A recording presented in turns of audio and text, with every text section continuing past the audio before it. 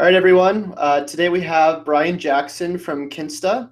He's going to be telling us a little bit about what's going on there at their company, and we're going to be discussing some SEO tips for 2016 and a couple things related to that. So without further ado, Brian, how are you doing today? Hi, I'm doing good. Thanks for having me. Yeah, thanks for coming on.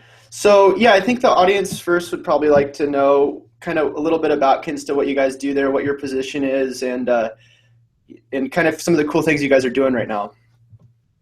Yeah, so I mean, we're a managed WordPress hosting company, and we deal pretty much on the higher end side of things. So we're dealing with small, medium-sized, large enterprise businesses that are wanting to host their website on WordPress. And since we only do managed hosting, we do the backups for you, we do the security for you. We offer support for you. So we offer a lot of things that, some other companies, cheaper hosts aren't offering. And we're one of the only managed WordPress hosting right now to exclusively use the Google Cloud platform, which is really, really cool. And Google Cloud has been making a lot of improvements lately. Okay. Awesome. So for people looking to sign up, they basically just go to your site and then you guys start helping them with their WordPress sites in terms of what? Yeah, so if someone was interested in hosting with us, you just go to kinsta.com. You can fill out the form there on the website and get a hold of us. And we offer free migrations, or you can chat with our support team if you have questions on there. We have a very in-depth knowledge base too, which I'm actually in charge of writing all that stuff. So we try to put out as much content as we can, so you don't have to reach out to us if you don't have to. But yeah, we would handle the migration for you, so you wouldn't have to worry about that. You can easily transition from whatever host you're currently using. Cool. So in terms of online marketing, Brian, you were telling me earlier before the podcast that you kind of were looking into some new things. You want to talk about that? Yeah, no. So I mean, as we know, SEO, it's constantly changing, and that's why I love SEO for one reason, and that's also why I hate it, is because, right. I mean, it changes almost every other day, and so you just have to keep, you have to check news sources and places like Search Engine Roundtable. I mean, SEO, people just live on those kind of sites to know. You have to almost to know what's happening. And, I'm sure, with the recent Penguin update, which I still think is not finished, because I still see things going up and down like crazy. Yeah.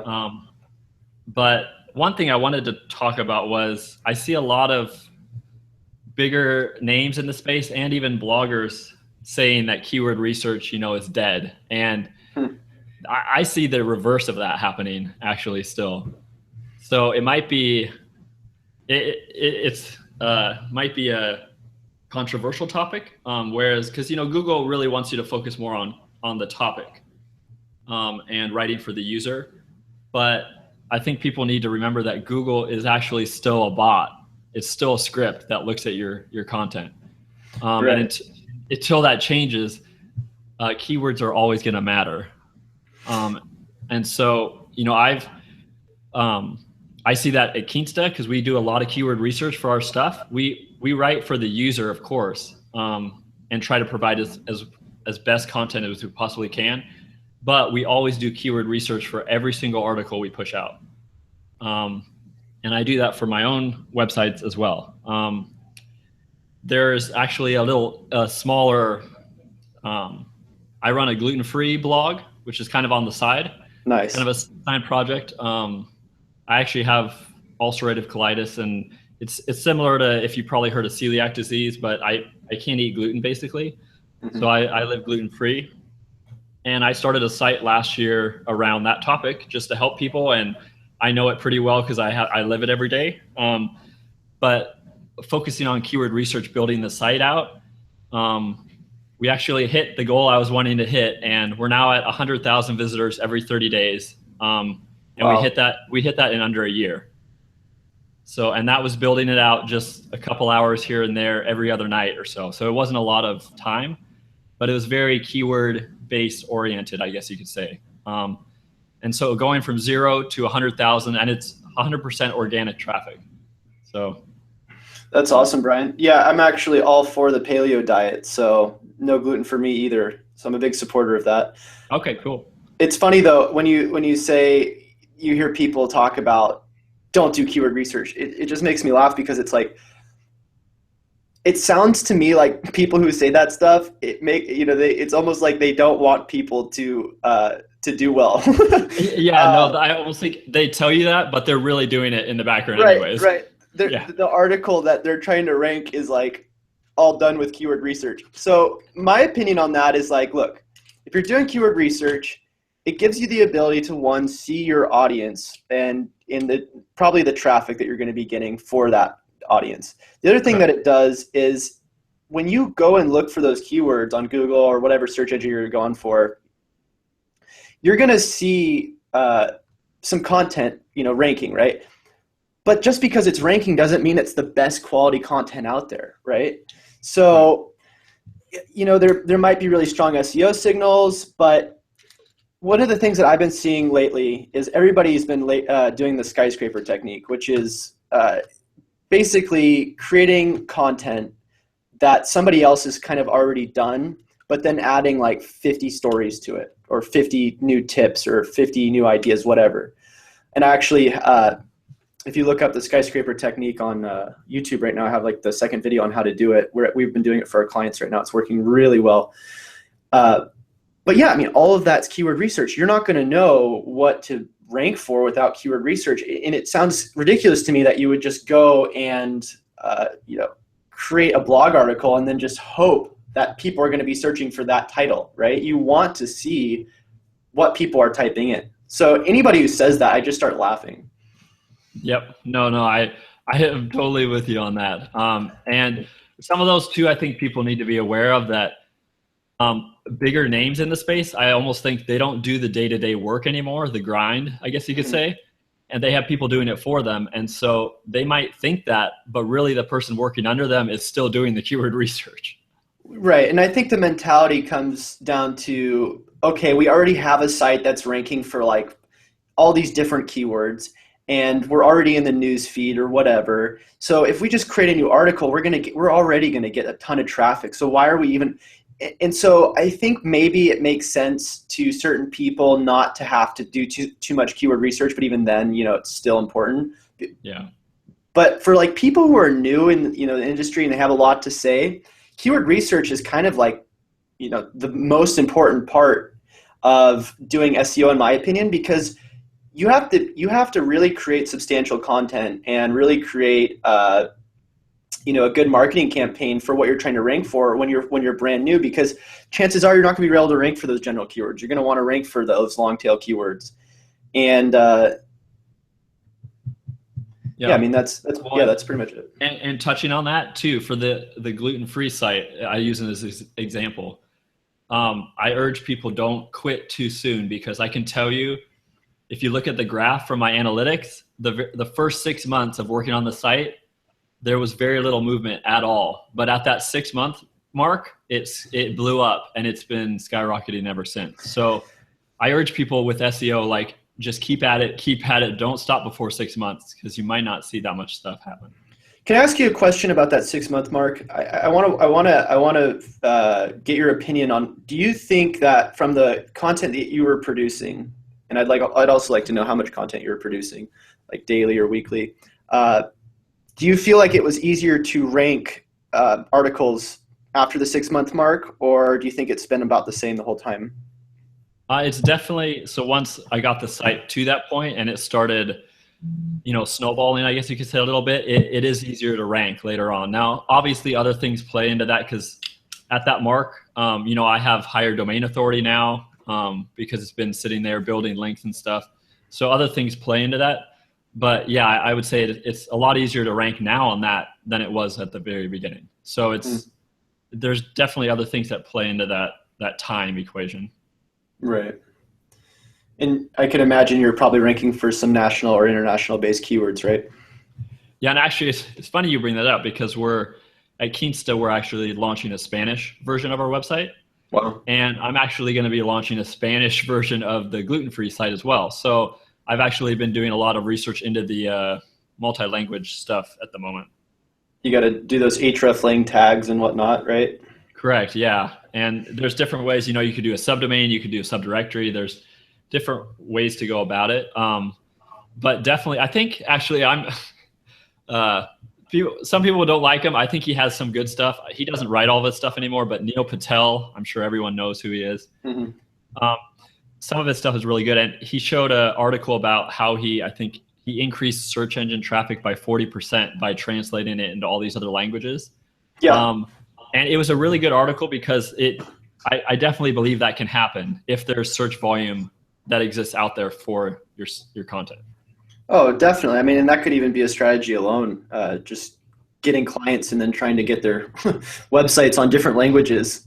Yeah, correct. And it's almost like I use the term easy win all the time in SEO, but like it's almost an easy win because you already have done all the hard work writing the content. Now all you got to do is translate it, and you could outsource that or use a tool or something else, but it's an easy win, really.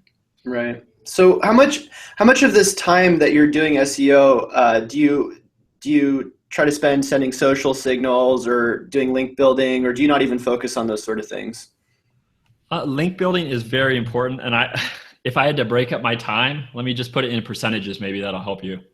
I probably spend 80% of my time writing content, and then I would say another 15% on outreach and social signals. So like emailing bloggers, guest posting, and sharing to social media, sharing to other sites that are in the niche. And then another 5% of that time is probably like trying to get links, basically. Now, when you say 80%, 80% of what? 80% of my daily job, I guess you could say. Like, I know, but how much time would you say that you usually spend? That's hard. Because I work for Kinsta and then I do my own stuff in the evening. So I'm pretty much going from when the sun comes up and then till I can't keep my eyes open anymore. Right. But, I would say I'm writing probably from 8 a.m. to probably 2 or 3 p.m. every day. Wow. Yeah, it's a lot of time. I mean, 80% of my day is spent just sitting there writing. Now, the writing is, that involves also doing research too. So it's not like I'm constantly hitting my keyboard. Right. Yeah, it's a lot of time. I've seen that work very, very well. I used to work for a CDN, a key CDN, and we had a lot of great success in our inbound marketing efforts. And we found that just pushing out amazing content and as much as we possibly could, we just saw amazing results from it. Right. So, yeah, content is king right now. It is, yeah. But content is still king. And I think, people say that for years, but that's still true in my opinion. For me, I think the real question is, where do you want to be targeting your efforts with your content? Because there's so many different channels you can be distributing on right now, whether it be, video, audio, written content, and then do you want to distribute on social media and spend your time working on it there?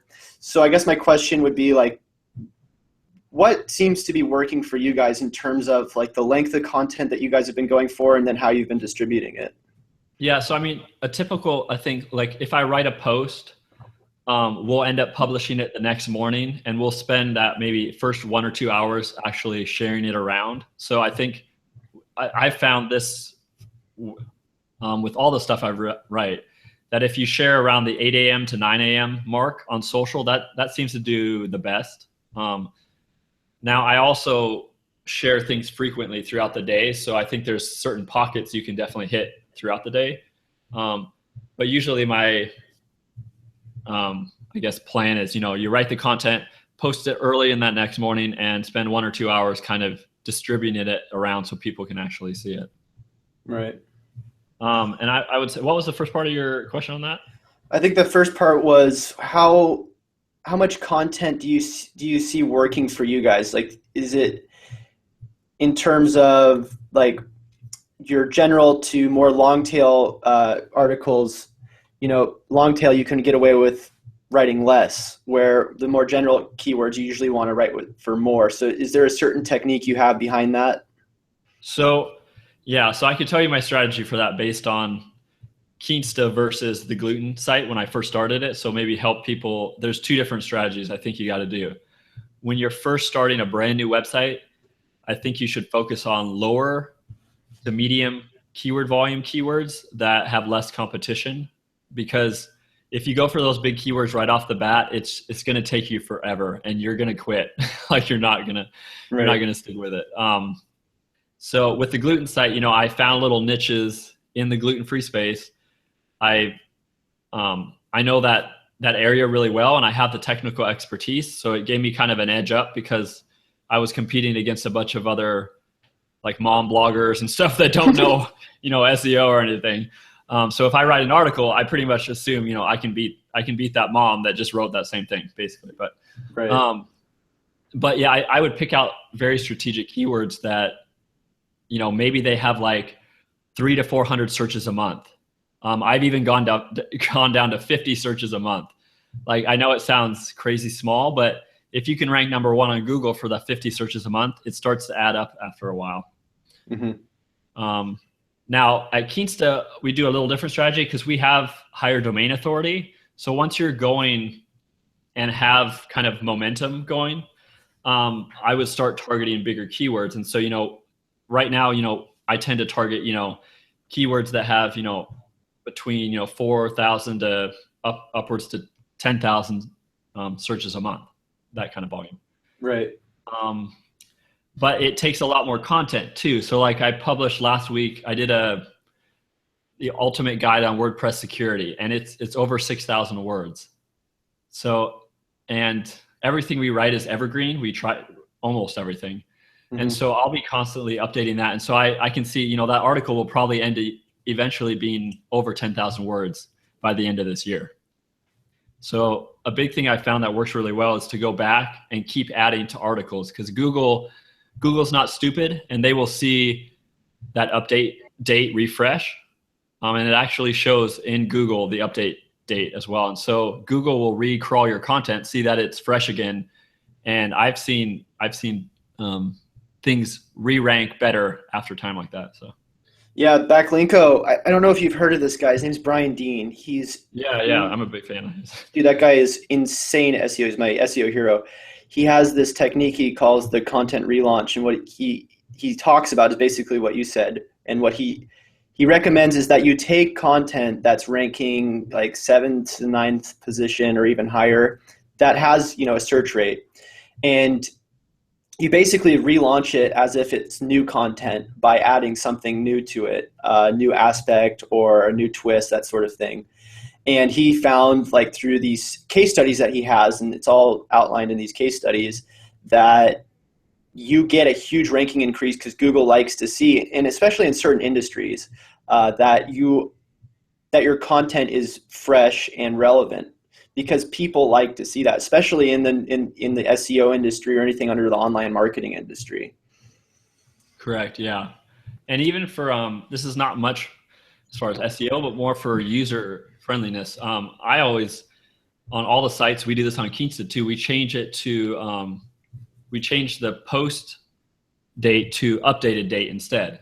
So people don't see when it was originally published. They only see when we last updated it, which Right. I think is a win-win for both sides, because people know, like, oh, he just touched this, 2 days ago. So there's something in here that's new, and somebody's looked at the content to see if it's out of date or something.